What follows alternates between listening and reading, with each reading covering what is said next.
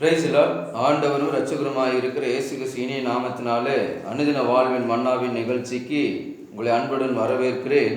இந்த நல்ல அருமையான இந்த வாழ்வின் மன்னாவின் நிகழ்ச்சிக்காக தெரிந்து கொண்ட வேத பகுதி ஆபகுக் 2ஆம் அதிகாரம் 3வது வசனத்துக்கு நேராக திருப்பிக் கொள்ளுங்க.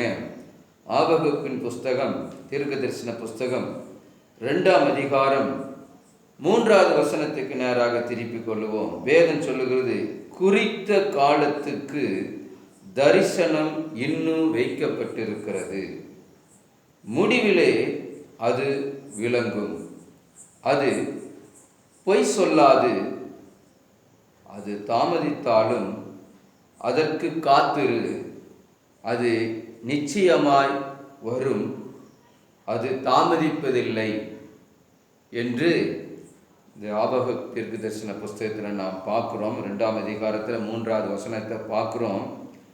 குறித்த காலத்துக்கு தரிசனம் வைத்திருக்கு. எனக்கு அருமையான தேவ ஜனமே, கர்த்தருடைய பிள்ளைகளை இதை பார்த்து கொண்டிருக்கிறவர்களே, நீங்கள் உருவாவதற்கு முன்னவே, நீங்கள் ரட்சிக்கப்படுவதற்கு முன்னதாகவே உங்களுக்காக தரிசனத்தை தேவன் வைத்திருக்கிறார். உங்களை கொண்டு செய்ய வேண்டிய காரியங்களை தரிசனமாக தேவன் வைத்திருக்கிறார். அது இன்னும் வைக்கப்பட்டிருக்கிறது, அது இன்னும் வைக்கப்பட்டிருக்கிறது, முடிவிலே அது விளங்கும். அதான் அந்த தரிசனம் நிறைவேறுகிற போது அது விளங்கும், அது பொய் சொல்லாது. தரிசனம் தேவன் உங்களுக்கு எனக்கு வைத்திருக்கிற அந்த தரிசனம் பொய்யாய் போகாது, அது பொய் சொல்லாது. அது தாமதித்தாலும் அதற்காக காத்திரு. அந்த தரிசனம் நிறைவேறுகிற வரைக்கும் நாம் காத்திருக்கிறவர்களாக இருக்கும். அவசரப்படனால எந்த ஒரு காரியமும் நடக்காது. வீணா நம்ம தரிசனத்தை இழந்து போயிடுவோம். அதுக்காக காத்திரு, அது நிச்சயமாய் வரும், அது நிச்சயமாய் வரும், அது தாமதிப்பதில்லை. எனக்கு அருமையான தேவஜனமே, கர்த்தருடைய பிள்ளைகளை, இந்த வசனத்தை நான் எடுத்து தியானிக்கிறேங்கிற போது என் ஞாபகத்துக்கு வந்த, என்னுடைய அறிவுக்கு தேவன் கொண்டு வந்ததான வேத பகுதி ஆபிரகாமுடைய சரித்திரத்தை தேவன் கொண்டு வந்தார். எனக்கு அருமையான தேவ ஜனமே, ஆபிரகாமை தேவன் அழைக்கிற போது 75 வயதில் தேவன் அழைக்கிறார். அவனுக்கென்று வைத்திருக்கிற தரிசனங்களை தேவன் அவனோடு பகிர்ந்து கொள்ளுகிற போது, அவன் பிள்ளை இல்லாமல் இருக்கிறான், வாரிசு இல்லாமல், சந்ததி இல்லாமல் இருக்கிறான்.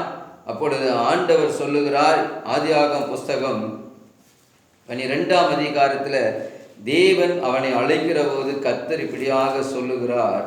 12ஆம் அதிகாரத்தில் 2வது வசனம், 12 வசனம் சொல்லுது, நான் உன்னை பெரிய ஜாதி ஆக்கி. எப்படிங்களாமா? தேவன் அவனை பெரிய ஜாதி ஆக்கி, ஒரு தேசம், ஒரு பெரிய தேசம் ஆக்குவேன் என்று சொல்லுகிறார்.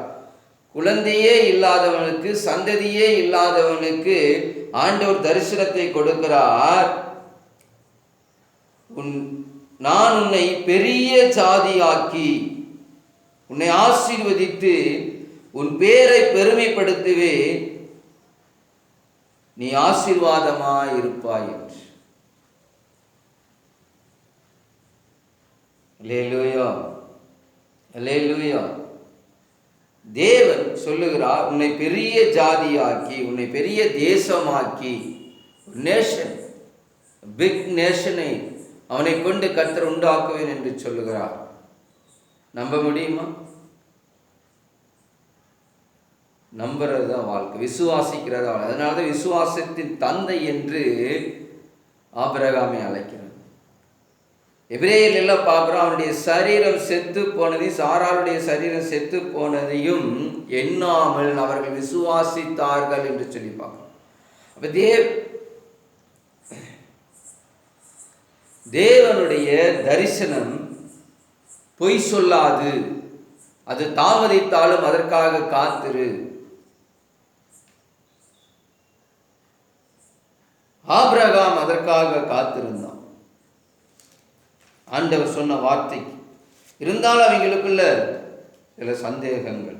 சாராளிடத்தில் ஆண்டவர் சொல்லுகிறார், நிச்சயமாக உற்பத்தி காலகட்டத்தில் வருவேன், அப்பொழுது உன் மடியில் என்ன இருக்கு? குழந்தை இருக்கும் என்று ஆண்டவர் சொல்லுகிறார்.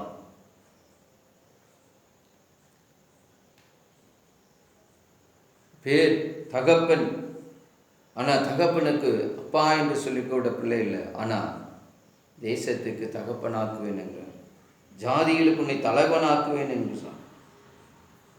அல்லேலூயா, அல்லேலூயா.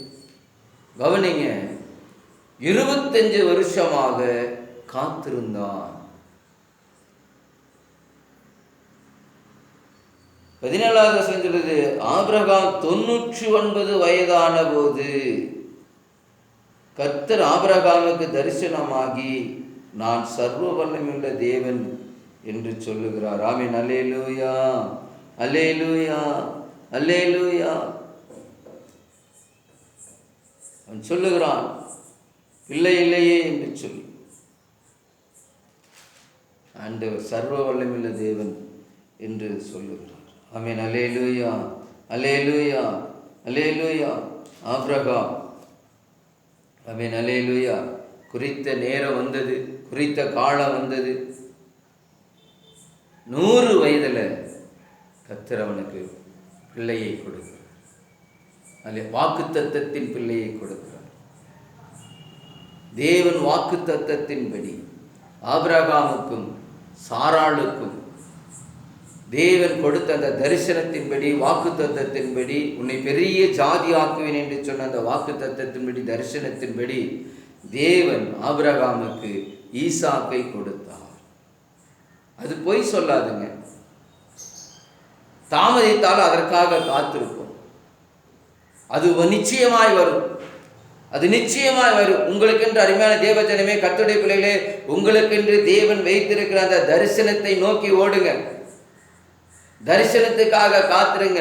தரிசனம் நிறைவேறுகிற வரைக்கும் பிரச்சனைகளும் போராட்டங்களும் பாடுகளும் நமக்குள்ள வரலாம், சோதனைகள் வரலாம், பரீட்சைகள் வரலாம். ஆபிரகாமுக்குள்ள ஆகார் என்னும் ஒரு ஸ்திரீ குறுக்கிடுகிற போது, ஆமென், இப்படி எல்லாம் நமக்கு என்ன வரும்? தரிசனத்துக்கு நிறைவேறுகிறதுக்கு பல பிரச்சனைகள் வரும். குழந்தையை கொடுத்துட்டாரு, குழந்தையை கொடுத்து சோதிக்கும்படிக்கு ஈசாக்கை பலி செலுத்த ஆண்டவர் சொல்லுகிறார். இப்படி பல பிரச்சனைகள், பல போராட்டங்கள் வரலாம். ஆனா பொறுமையோடு காத்திருக்கணும், பொறுமையோடு காத்திருக்கணும். தரிசனம் நிறைவேறுகிற வரைக்கும் காத்திருக்கணும். அது நிச்சயமாய் வரும், அது தாமதிக்காது, அது பொய் சொல்லாது, அது நிச்சயமாய் வரும், அது தாமதிப்பதில்லை என்று சொல்லுகிறார். எனக்கு அருமையான தேவஜனமே, கர்த்தருடைய பிள்ளைகளே, இதை பார்த்து கொண்டு கேட்டுக்கொண்டிருக்கிறவர்களே, கர்த்தர் உங்களுக்கு என்று குறித்திருக்கிற தரிசனம் ஒரு நாளும் அது பொய்யாய் போகாது, அது முடிவிலே விளங்கும். அந்த தரிசனம் நிறைவேறுகிற போது அது விளங்கும். ஏன் இத்தனை உபத்திரவங்கள், ஏன் இத்தனை பாடுகள், ஏன் இத்தனை காரியங்கள் நடந்தது என்று சொல்லி, ஆமென், அந்த தரிசனம் நிறைவேறுகிற போது அப்பொழுது விளங்கும். ஆனால் அதுக்கு நாம் என்ன செய்யணும்னா, அதுக்காக அது தாமதிக்காது, முதல்ல அது பொய் சொல்லாதுங்கிற நம்பிக்கை நமக்கு, விசுவாசம். பொய் சொல்லாது, அது தாமதித்தாலும் அதற்காக காத்திருக்கணும். தரிசனம் பொய்யாய் போகாது. 2, அந்த தரிசனம் நிறைவேற காத்திருக்க வேண்டும். 3, அது நிச்சயமாய் வரும், அது நிச்சயமாய் வரும். 12ஆம் அதிகாரம் எபிரேயர் புஸ்தகத்தில் பார்க்கிறோம். ஆமென், அல்லேலூயா. நம்பப்படுகிற உறுதியும் காணப்படாத நிச்சயமாய் இருக்கிறது விசுவாசம்னு சொல்லி பார்க்கிறோம். ஆமென், அல்லேலூயா. அதில் பார்க்கிறோம், எபிரேயர் 11ஆம் அதிகாரத்தில், எபிரேயர் 11ஆம் அதிகாரத்தில் பார்க்கிறோம், விசுவாசமானது நம்பப்படுகிற உறுதியும் காணப்படாதவர்களின் நிச்சயமாய் இருக்கிறது. ஆமென், அல்லேலூயா. அப்ப அது நிச்சயமாய் வரும், காணப்படாதது, அதுதான் விசுவாசம். அந்த விசுவாசத்தில் ஆபிரகாம் நிலைத்திருந்தான், காத்திருந்தான்.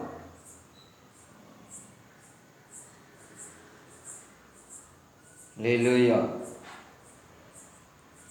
அதுக்காக காத்திருக்கணும், அது தாமதிப்பது, அது நிச்சயமாய். எனக்கு அருமையான தேவஜனமே, கர்த்தருடைய பிள்ளைகளே, இந்த வார்த்தை, இந்த மன்னா உங்களை தேற்று. நம்பிக்கையோடு இருங்க, விசுவாசத்தோடு இருங்க. உங்கள் தரிசனம் நிச்சயமாக நிறைவேறும். Thank you. God bless you. Amen.